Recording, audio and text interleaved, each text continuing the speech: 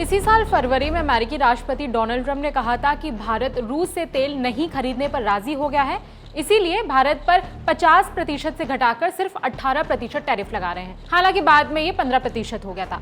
बहरहाल अब अमेरिकी वित्त मंत्री स्कॉट बेसेंट का कहना है कि यूएस ने भारत को रूस से तेल खरीदने की अनुमति दे दी है, लेकिन सिर्फ 30 दिनों के लिए। अमेरिका के बयान पर भारत में विपक्ष का सवाल है कि अमेरिका होता कौन है भारत को इजाजत देने वाला। विपक्ष का सरकार से सवाल है कि क्या अब अमेरिका तय करेगा कि हमें किसके साथ और कितने दिनों के लिए व्यापार करना है। 6 मार्च की सुबह अमेरिका के वित्त मंत्री स्कॉट बेसेंट ने एक्स पर लिखा कि राष्ट्रपति ट्रंप की ऊर्जा नीति की वजह से तेल और गैस का उत्पादन अब तक के सबसे अच्छे स्तर पर है। ग्लोबल मार्केट में तेल की सप्लाई को बनाए रखने के लिए अमेरिकी वित्त विभाग भारतीय रिफाइनरीज को रूसी तेल खरीदने की अनुमति दे रहा है। रूस से तेल खरीदने की अस्थायी छूट सिर्फ 30 दिनों के लिए है। हमारा फैसला कम समय के लिए है, इसीलिए इससे रूसी सरकार को कोई फायदा नहीं मिलेगा। ये फैसला उन तेल सौदों के लिए है जो पहले से ही समुद्र में फंसे हुए हैं। ये बयान आते ही विपक्ष ने सरकार को घेरना शुरू कर दिया।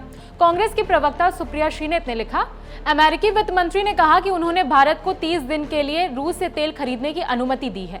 ये हमारी स्वतंत्रता और संप्रभुता पर करारा तमाचा है। अमेरिका कौन होता है हमें अनुमति देने वाला? इसी एनर्जी सिक्योरिटी के बारे में राहुल गांधी लगातार आगाह कर रहे हैं। कांग्रेस से राज्यसभा सांसद रणदीप सिंह सुरजेवाला ने कहा कि बीजेपी सरकार में भारत की स्वतंत्रता और संप्रभुता को प्रतिदिन खतरे में डाला जा रहा है। रूस से तेल खरीदने के लिए भारत को अमेरिका की अनुमति की आवश्यकता क्यों है? ऑपरेशन सिंदूर के दौरान अमेरिका युद्ध विराम की घोषणा करेगा।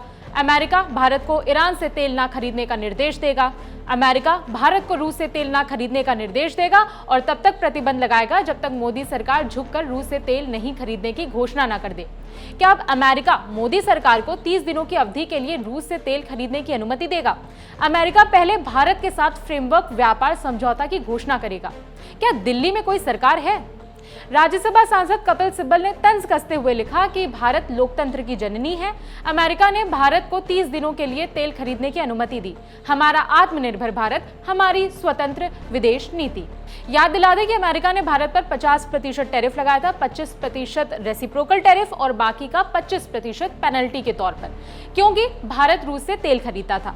फिर इसी साल टैरिफ को घटाकर 50 से 15% कर दिया गया। राष्ट्रपति ट्रंप ने दावा किया कि भारत रूस से तेल नहीं खरीदने पर राजी हो गया है, इसीलिए ट्रेड डील की जा रही है और इसीलिए टैरिफ को कम किया जा रहा है। ट्रंप के इसी दावे के दम पर राहुल गांधी प्रधानमंत्री मोदी पर आरोप लगाते हैं कि वो अमेरिका के दबाव में झुक गए हैं। हालांकि भारत को 30 दिन की छूट ऐसे समय में मिली है जब दुनिया एनर्जी सप्लाई को लेकर कमजोर है।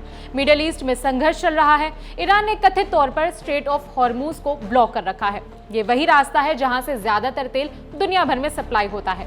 भारत में भी लगभग 40% तेल इसी रूट से आता है, जिसे ब्लॉक किए जाने की खबर है। अब ऐसे में अगर भारत के लिए दूसरा रास्ता खुल रहा है तो ये राहत की बात है, क्योंकि मीडिया रिपोर्ट्स के मुताबिक भारत के पास सिर्फ 25 दिनों का क्रूड ऑयल बचा है। इससे पहले कि देश में तेल की किल्लत शुरू हो जाए, 30 दिनों के लिए दूसरा ऑप्शन खुल गया है।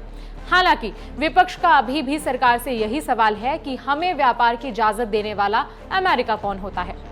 इस खबर में इतना ही। आपकी कोई राय है तो कमेंट करके बता सकते हैं। मेरा नाम है विभावरी। अपडेट्स के लिए देखते रहिए दी ललन टॉप।